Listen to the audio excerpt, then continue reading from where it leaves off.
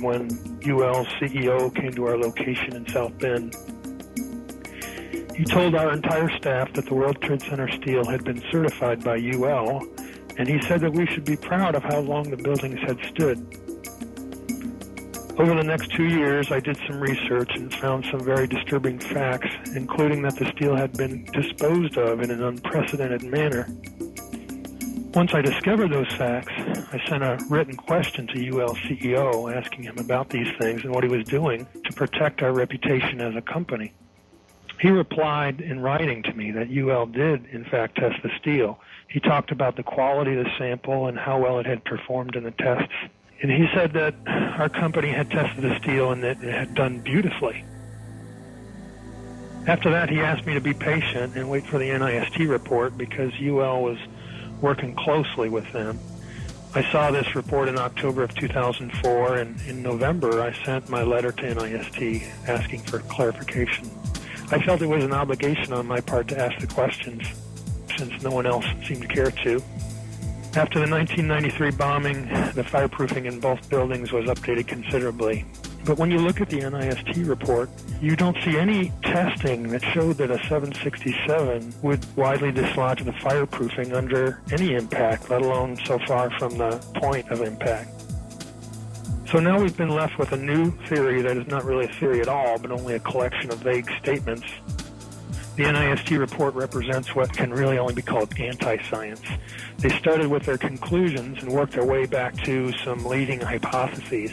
When the results of the physical tests showed that the temperatures were far too low to soften steel and that the floors could not have collapsed and that the fireproofing could not have been widely dislodged, the NIST ignored these results and built a black box computer model that no one can argue with and that would spit out the right answers. Today, anyone who's conscious enough to know what's happening in the world knows that most government policy is being driven by this false story. Crack down and punish the perpetrators of this attack. This is being seen on Capitol Hill as another Pearl Harbor, as another Pearl Harbor, as another Pearl Harbor. The steel in dragon-like lengths and contortions spoke for itself, bent, deformed, without cracks. I found it hard to believe that it actually bent because of the size of it and how there's no cracks in the iron. It bent without almost a single crack in it. It takes thousands of degrees to bend steel like this. Typically you'd have buckling and tearing on the tension side, but there's no buckling at all. There's no buckling at all. Here is the meteorite, molten iron fused with concrete.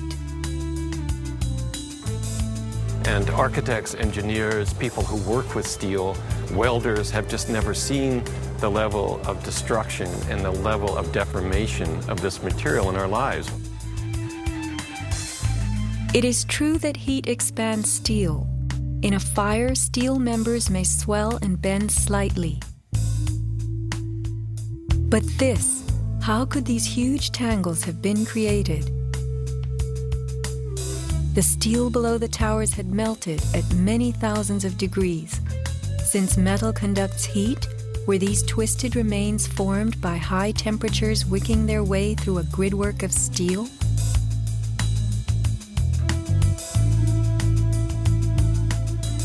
Explosives also deform steel.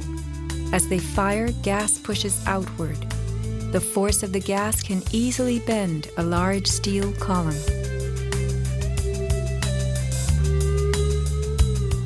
Two kinds of debris, huge shattered columns that could break a truck, combined with matter that was near pulverized. You have 2 110-story office buildings.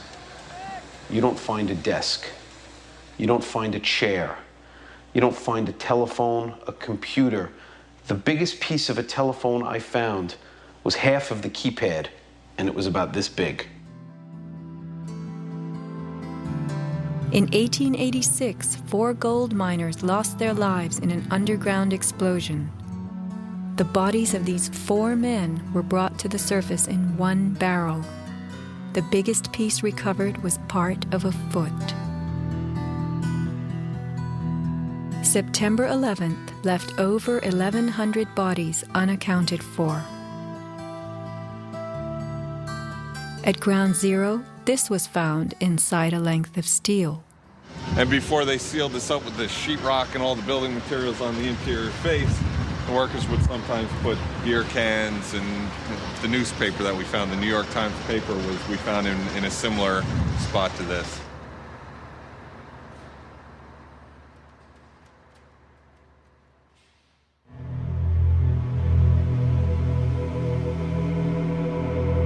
Secrets cannot be kept forever. Just as that newspaper from 1969 revealed itself to us decades later, we will someday know the inside of September 11th. The reasons for the staging of such a production go far back into time. Insurance policies covered nearly everything in the World Trade Center that was destroyed. But what if certain commodities could be removed in the nick of time? Gold and silver held by commercial banks and the COMEX exchange is said to have been stored beneath Ground Zero. This single cache belonging to the Bank of Nova Scotia was unearthed and made public. Was there more, and was it removed, remains a question. As last survivor William Rodriguez climbed the stairwell to rescue people, he remembers a very strange thing. As I stood there on the 33rd floor, I heard very strange noises on the 34th floor. Now, the 34th floor was an empty floor, a floor that did not have any kind of walls, or it was a construction floor. It was totally hollowed out. There was nothing there, and I heard very heavy equipment being moved around. And it sounded like dumpsters with metal wheels being moved around, and I got scared because I knew it was an empty floor.